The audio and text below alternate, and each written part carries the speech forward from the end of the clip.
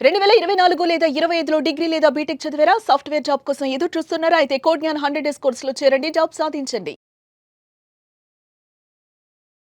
Welcome to Suman TV. నేను మీ Suman TV Nag. రోజు కొద్ది మనం చూస్తే ఏ విధంగా అయితే ట్రెండ్ మారుతూ వస్తూ ఉందో, అలాగే గణేషుని లడ్డుకి సంబంధించినటువంటి ట్రెండ్ కూడా మారుతుంది. 2,00,00,000 వరకు కూడా వెళ్తుందనమాట ఆ లడ్డూ పాట. చట్టబద్ధంగా చూసుకుంటే అది ఎంతవరకు కరెక్ట్? అండ్ ఈ ట్రెడిషన్ ఏదైతే ఉందో అది ఎప్పటినుంచో వస్తూ ఉంది కదా!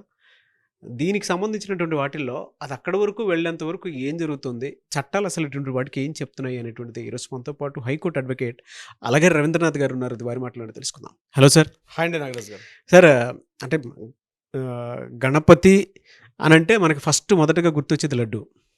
దాని తర్వాత మొత్తం కార్యక్రమాలు అయిపోయిన తర్వాత చివరగా లడ్డు వేలం పాట వేస్తారు. వేలం పాట వేసే ప్రాసెస్‌లోనే అది ఎలా అనంటే కొంతమంది ఆహ్, గణపతిని మంచిగా పంపించడం కోసం అని చెప్పేసి వేలం పాట వేసేటువంటి వాళ్ళు ఉంటారు. కొంతమంది ఎన్‌జీఓస్ కోసం వేసేటువంటి వాళ్ళు ఉంటారు. కొంతమంది రకరకాల తీరుగా ఉంటుంది. కొంతమంది ఏంటంటే ఇమేజెస్ కోసం, అంటే నేనే గొప్ప అనుకుని చూపించుకోవడం కోసం వేసేటువంటి వాళ్ళు కూడా చాలామంది ఉంటారు. బట్ ఇవాళ ఆ స్థాయి ఎక్కడి వరకు వెళ్ళిపోయిందంటే కోట్లలో ఉంది. ఇప్పుడు లడ్డూ పాట అంటే కోట్లలోకి వెళ్ళిపోతుంది.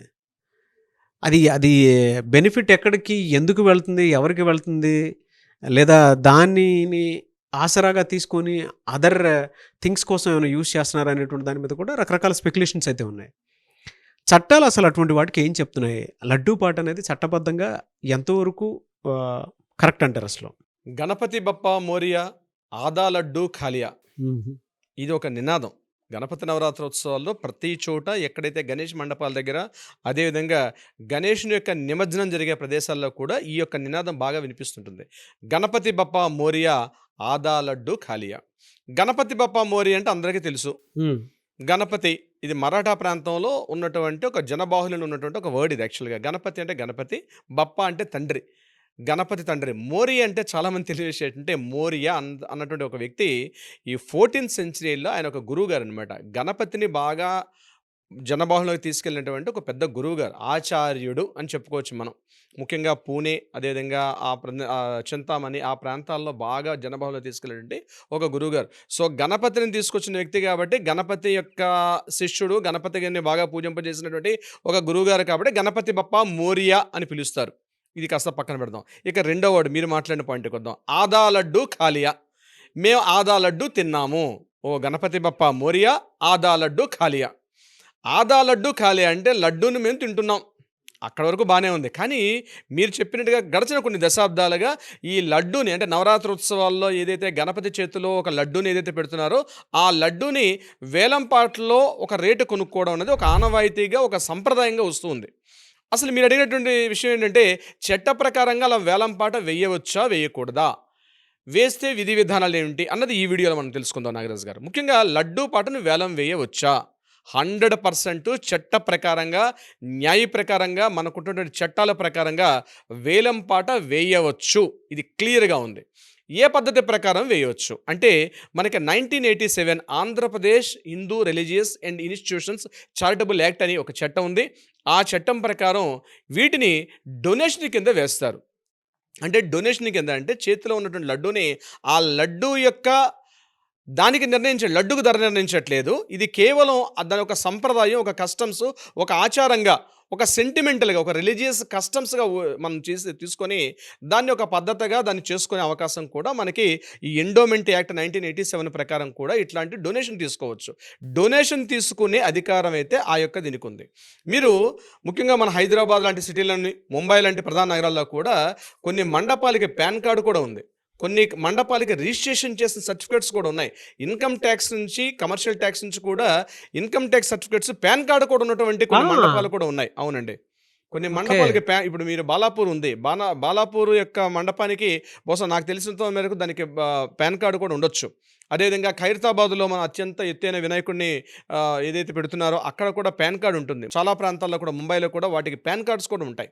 అంటే ఎప్పుడైతే పాన్ కార్డ్స్ ఉంటాయో 80G ప్రకారం, 12E ప్రకారం ఏంటంటే ఇన్కమ్ ట్యాక్స్ ప్రకారంగా కూడా వాటికి ఎగ్జామ్షన్ వచ్చే అవకాశం ఉంటుంది. ఇన్కమ్ ట్యాక్స్ నా పాయింట్ తర్వాత చెప్తాను, ముందు ఇక్కడ చట్టం ప్రకారంగా మాట్లాడుకుందాం. సో హిందూ ఎండోమెంట్స్ యాక్ట్ 1987 ప్రకారం, హిందూ రిలీజియస్ యాక్ట్ ప్రకారం దీన్ని ఒక డొనేషన్గా తీసుకోవచ్చు. అంటే ఆ డొనేషన్ దేనికి అంటే అక్కడ ఉన్నటువంటి మండపాల నిర్వహణ, పేదలకి కాస్త అన్నప్రసాదం చేయడం, అదేవిధంగా దీంతో పాటు కొన్ని ఆధ్యాత్మిక కార్యకలాపాలు హిందూ ఎండోమెంట్ యాక్ట్ ప్రకారం ఏదైతే డొనేషన్గా తీసుకున్నటువంటి దీంతో అక్కడ ఆ మండపాలు నిర్వహణ చేయొచ్చు, లేకపోతే కొన్ని ఆధ్యాత్మిక కార్యకలాపాలు చేయొచ్చు. హిందూ మత సంబంధమైనటువంటి కొన్ని ఆధ్యాత్మిక కార్యకలాపాల కోసం ఈ అమౌంట్ని వినియోగించుకోవచ్చు. ఇది చట్ట ప్రకారంగా 1987 ఇప్పుడు నేను చెప్పిన యాక్ట్ ప్రకారం ఇది చట్ట ప్రకారంగా వేలం వేసుకోవచ్చు. నెంబర్ 2, ఈ వేలం వేసుకున్నటువంటి ఆ సమయంలో నియమ నిబంధనలు ఎలా ఉంటాయి? ఈ బిడ్లో ఎవరు పార్టిసిపేట్ చేసుకోవచ్చు? బిడ్డలు ఎవరైనా పార్టిసిపేట్ చేసుకోవచ్చు. Any person can participate in the bid. ఆక్షన్లో ఎవరైనా పార్టిసిపేట్ చేసుకోవచ్చు. దీనికి నియమ అంటే ఏజ్ కానీ అటువంటి తారతమ్యాలు ఎవరైనా వేసుకోవచ్చు. ఇక బిడ్ ఆక్షన్ మొత్తం ఏదైతే ఉంటుందో ఆ ఆక్షన్ మొత్తాన్ని కూడా ఆ యొక్క లడ్డూకు ధర నిర్ణయం కాకుండా దాన్ని డొనేషన్గా మాత్రమే తీసుకుంటారు. సో ఇది ఒక ఇంపార్టెంట్ రూల్. ఆక్షన్లో పార్టిసిపేట్ చేసి బిడ్ వేసిన వ్యక్తి ఏమైనా ట్యాక్స్ చెల్లించాలా? ఇన్కమ్ ట్యాక్స్ యాక్ట్ 1961 ప్రకారం సెక్షన్ 2/24 సబ్ క్లాజ్ 2A ప్రకారం క్లియర్గా మెన్షన్ చేస్తారు. ఇటువంటి సంప్రదాయ ప్రకారంగా ఏదైతే చేస్తారో వీటి మీద taxes under the section 80G ప్రకారం వీటికి ఎగ్జంప్షన్ ఉంటుంది. అంటే వీటి మీద ట్యాక్స్లు అన్నవి ఉండవు. ఇది గుర్తుపెట్టుకోవాల్సిన విషయం. ఇన్కమ్ ట్యాక్స్ చట్టం ప్రకారం క్లియర్గా చెప్తుంది. ఆక్షన్లో పార్టిసిపేట్ చేసే మొత్తం ఇందాక మీరు అన్నట్టుగా కోట్ల రూపాయలకు వెళ్ళిపోయింది. ఇంతకుముందు 100 ఉండేది 1000 రూపాయలకు వచ్చింది. 1000 రూపాయల నుంచి లక్షల నుంచి రీసెంట్గా బాలాపూర్ లడ్డు కోట్ల రూపాయల్లో వెళ్తున్నట్టుగా కూడా ఇప్పుడు మనం వార్తలు చూస్తూ ఉన్నాం. సో ఎన్ని కోట్ల రూపాయలకైనా వాటి మీద హిందూ రిలీజియస్ యాక్ట్ ప్రకారం under the income tax act ఇప్పుడు నేను చెప్పిన సెక్షన్ ప్రకారం వాటి మీద ఎగ్జంప్షన్ అయితే డెఫినెట్గా ఉంటుంది. ఇది కూడా ఇంపార్టెంట్ పాయింట్. ఇక 3వది GST దీనికి వర్తిస్తుందా వర్తించదా? అండర్ ద CBIT అంటే సెంట్రల్ బ్యూరో ఇండైరెక్ట్ ట్యాక్సెస్ ప్రకారం CBIT అంటారు. ఇండైరెక్ట్ ట్యాక్సెస్ ప్రకారం అంటే పరోక్ష పన్నుల లెక్కలో చూసినట్లయితే ఇది ఒక మత సంప్రదాయానికి సంబంధించి ఒక మత విశ్వాసాలకు సంబంధించినటువంటి ఈ కార్యక్రమం కాబట్టి దీని మీద GST అన్నటువంటి యాక్టివిటీ అయితే ఉండదు. ఇది గుర్తుపెట్టుకోవాలి ప్రతి ఒక్కరు కూడా. దీని మీద GST ఉండదు. ఇన్కమ్ ట్యాక్స్ ఎగ్జంప్షన్ ఉంటుంది. చట్ట ప్రకారంగా కూడా మన లా ప్రకారంగా చట్టం ప్రకారం కూడా ఆక్షన్ నిర్వహించుకోవచ్చు. కానీ ఏదైతే అమౌంట్ తీసుకున్నారో ఆ అమౌంట్ మాత్రం తప్పనిసరిగా ఆ హిందూ మత విశ్వాసాలు, సంప్రదాయాలు, ఆచారాలు అదేవిధంగా అక్కడ కార్యక్రమాల నిర్వహణకు మాత్రమే ఉపయోగించాలి తప్పించి ఈ యొక్క ఫండ్స్ని వేరే వైపు నిర్ణయించడానికి కూడా అధికారం లేదు. ఇప్పుడు ఉదాహరణకి ఇందాక నేను చెప్పినట్టుగా ఆ మండపాలు కానీ అండర్ ద పాన్ కార్డు కానీ రిజిస్ట్రేషన్ ఉంటే రిసిట్స్ ఇచ్చే అవకాశం కూడా ఉంటుంది. ఆ రిసిట్స్ మీద కూడా ఎటువంటి ట్యాక్స్ కూడా ఉండదు. ఎవరైతే బిడ్ ఆక్షన్లో పార్టిసిపేట్ చేస్తారో ఇప్పుడు నేను చెప్పినటువంటి అన్ని విషయాలు కూడా వాళ్ళకు కూడా ట్యాక్స్ ఎగ్జంప్షన్ ఉంటుంది. అంటే వ్యక్తిగతంగా పలానా ఒక వ్యక్తి వెళ్ళి కోట్ల రూపాయలకి 2 కోట్ల రూపాయలు చేస్తే 2 కోట్ల రూపాయలకి ట్యాక్స్ ఏమైనా ఉంటుందా అంటే ట్యాక్స్ అనేది ఉండదు. GST ఉంటుందా? GST కూడా ఉండదు. టోటల్గా అమౌంట్ అంతా కూడా under the section income tax act 1961 ప్రకారం పూర్తి మినహాయింపు అయితే ఉంటుంది. లడ్డూ వేలంపాట పార్టిసిపేట్ చేసిన వ్యక్తికి ఉంటుంది. ఆ లడ్డూ వేలంపాట నిర్వహిస్తున్నటువంటి ఎవరైతే ఆ యొక్క మండప నిర్వాహకులు కానీ ఆ కమిటీ సభ్యులు ఎవరైతే ఉంటారో వాళ్ళకు కూడా ఎటువంటి రిస్ట్రిక్షన్స్ లేవు. చట్ట ప్రకారంగా ఎవ్రీథింగ్ ఈజ్ క్లియర్. సో దీని మీద ఎటువంటి అపోహలు కానీ లేదా మత విశ్వాసాలకి తొలగించేటట్టుగా ఎటువంటి అభియోగాలు కానీ చేసి అవకాశం దీని మీద కోర్టులకు వెళ్తామండి, దీని మీద మేము కాస్త వివాదాలు చేస్తాము, కోర్టులో మేము పిటిషన్లు వేస్తామంటే ఎవ్వరికీ ఎటువంటి అధికారం లేదు. ఎందుకంటే ఇది హిందూ మత విశ్వాసాలకు సంబంధించింది. గుర్తుపెట్టుకోవాల్సింది ఒక చిన్న లడ్డూయే కావచ్చు కానీ ఆ లడ్డూ ద్వారా కొన్ని వేల మందికి ప్రయోజనకరంగా ఉంటుంది. కాబట్టి మనకున్నటువంటి చట్టాలు, మనకున్నటువంటి కమర్షియల్ ట్యాక్స్, ఇన్కమ్ ట్యాక్స్ యొక్క విధి విధానాల ప్రకారం దీని మీద ఎటువంటి చట్టాలు అంటే దీని మీద ఎటువంటి నియమ నిబంధనలు అంటూ క్లియర్గా ఉన్నాయి. కాబట్టి రిస్ట్రిక్షన్స్ అనేవి చాలా తక్కువగా ఉంటాయి. కాబట్టి ఎవరైనా ప్రతి మండప నిర్వాహకులు హ్యాపీగా భారతదేశంలో రాజ్యాంగం కల్పించిన హక్కు ఏదైతే ఉందో ఆ రాజ్యాంగం కల్పించిన హక్కు ప్రకారం ఎవరైనా పార్టిసిపేట్ చేసుకోవచ్చు.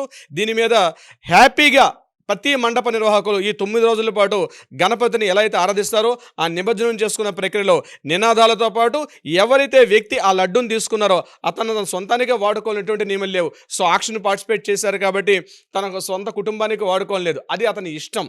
సో ఏమైనా చేసుకునే హక్కు కూడా అతనికి ఉంటుంది. నాగరాజ్ గారు clear and very good information sir. Thank you so much Alagar Ravindranath గారు. Thank you so much Nagaraj గారు.